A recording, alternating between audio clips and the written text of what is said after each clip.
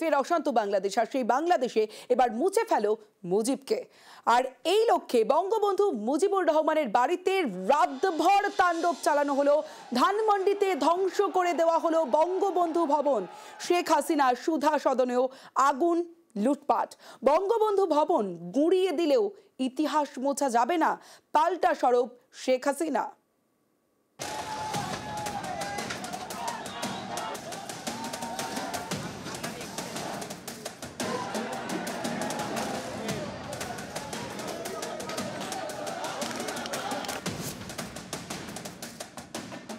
একটা দালান ভেঙে ফেলতে পারে, ইতিহাস মুছতে পারবে না। একবার ভাঙলে আবার আমরা গড়তে পারবো। এই বাংলাদেশ আবার মাথা তুলে দাঁড়াবে। বুধবার ঢাকায় আবারও তাণ্ডব, আবারও নিশানায় বঙ্গবন্ধু শেখ মুজিবুর রহমানের বাসভবন।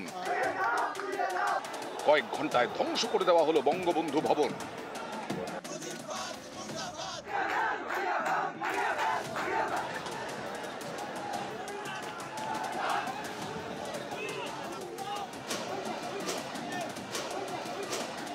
শেখ হাসিনার সুধা সদনেও চলল তাণ্ডব। যার জন্য স্বাধীনতা, তার বাড়িতেই হামলা। এই তাণ্ডব সহ্য করতে পারেননি, সরব হয়েছিলেন, তাই এই মহিলাকে ঘিরে ধরে নির্যাতন করা হয়। বুধবার রাতভর ঢাকার ধানমন্ডিতে ধুন্ধুমার। ফেব্রুয়ারিতে বাংলাদেশ জুড়ে কর্মসূচি ঘোষণা করে আওয়ামী লীগ। এ নিয়ে শুরু থেকেই সুর চড়ায় হাসিনা বিরোধীরা। বুধবার রাত 9টায় ভার্চুয়ালি ভাষণ শুরু করেন শেখ হাসিনা। পাল্টা হাসিনা বিরোধীরা আগেই হুঙ্কার দিয়েছিল, হাসিনা ভাষণ শুরু করলেই বঙ্গবন্ধু ভবনে তাণ্ডব শুরু হবে। সেই মতো প্রস্তুতিও নেওয়া হয়। শুরু হয় মিছিল, বুলডোজার নিয়ে মিছিল।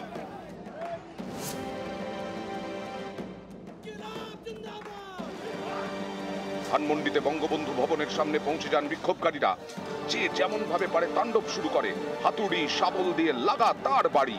প্রথমে বাইরের পাঁচিলে, তারপর মেইন গেটে। বঙ্গবন্ধু ভবন যে আর থাকবে না সেটা শুরুতেই স্পষ্ট করে দেওয়া হয়।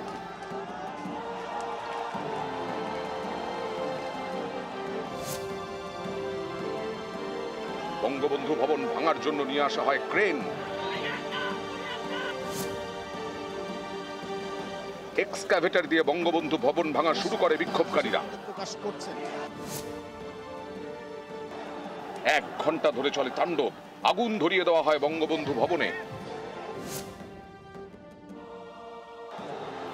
কয়েক ঘন্টার তাণ্ডবে ঢাকার ধানমন্ডির 32 নম্বর বাড়ি একেবারে ধ্বংসস্তূপ।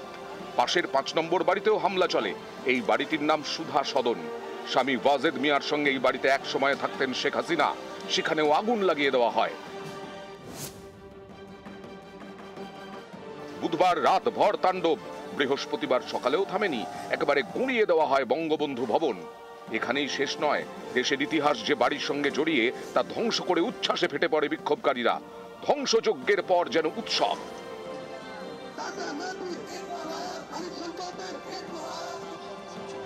বুধবার রাতে যখন ধানমন্ডিতে তাণ্ডব চলছিল তখন ভার্চুয়ালি ভাষণ দিচ্ছিলেন শেখ হাসিনা। আর 32 নম্বর, আজকে সেই বাড়িটা ভেঙে ফেলা হচ্ছে। ওই বাড়িটাকে কেন এত ভয়?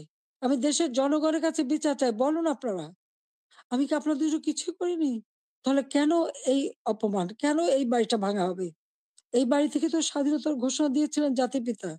আর স্বাধীন দেশ হয়েছিল বলেই তো আজকে বাংলাদেশ এত উন্নত হয়েছে। তাহলে এই বাড়ি কারা ভাঙে? আমি আপনাদের কাছে, দেশের জনগণের কাছে বিচার চাই। গুঁড়িয়ে দেওয়া হলো বঙ্গবন্ধু ভবন, সুধা সদনে আগুন দেওয়া হলো, কিন্তু প্রশাসন কিছুই করল না। এই তাণ্ডবকে কার্যত সমর্থন করছে বাংলাদেশের তদারকি সরকার। প্রেস বিবৃতি দিয়ে 19 সরকার জানিয়েছে, জুলাই অভ্যুত্থানের বিরুদ্ধে শেখ হাসিনার উস্কানিমূলক বক্তব্যের কারণে জনমনে গভীর ক্রোধের সৃষ্টি হয়েছে, যার বহিঃপ্রকাশ ঘটেছে। গত 6 মাসে 32 নম্বর বাড়িটিতে কোনো ধরনের আক্রমণ ধ্বংসযোগ্য হয়নি। গতকাল রাতে এটি ঘটেছে পলাতক শেখ হাসিনার বক্তব্য ঘিরে।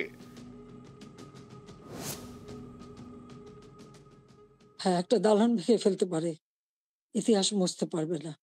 একবার ভাঙলে আবার আমরা গড়তে পারবো। এই বাংলাদেশ আবার মাথা তুলে দাঁড়াবে। গত জুলাই উত্তাল হয় বাংলাদেশ। নিশানায় ছিলেন মুজিব কন্যা শেখ হাসিনা। তিনি তখন বাংলাদেশের প্রধানমন্ত্রী। গত 5ই আগস্টে তিনি দেশ ছাড়েন। সেদিনও ধানমন্ডিতে এই বঙ্গবন্ধু ভবনে তাণ্ডব চলে। সেদিন বাড়ির যতটুকু বেঁচে ছিল বুধবার সব ধুলোয় মিশিয়ে দেওয়া হয়। এই বাড়িটাই ছিল বঙ্গবন্ধু শেখ মুজিবুর রহমানের ঠিকানা। এই বাড়ি থেকেই বাংলাদেশের স্বাধীনতা ঘোষণা করেন সে দেশের জাতির জনক। বাড়িতে মিউজিয়াম তৈরি করেন শেখ হাসিনা। ঐতিহাসিক সেই বাড়ি ধ্বংস করে দেওয়া হলো। হ্যাঁ, একটা দালান ভেঙে ফেলতে পারে, ইতিহাস মুছতে পারবে না। একবার ভাঙলে আবার আমরা গড়তে পারবো। নিউজ 18 বাংলা।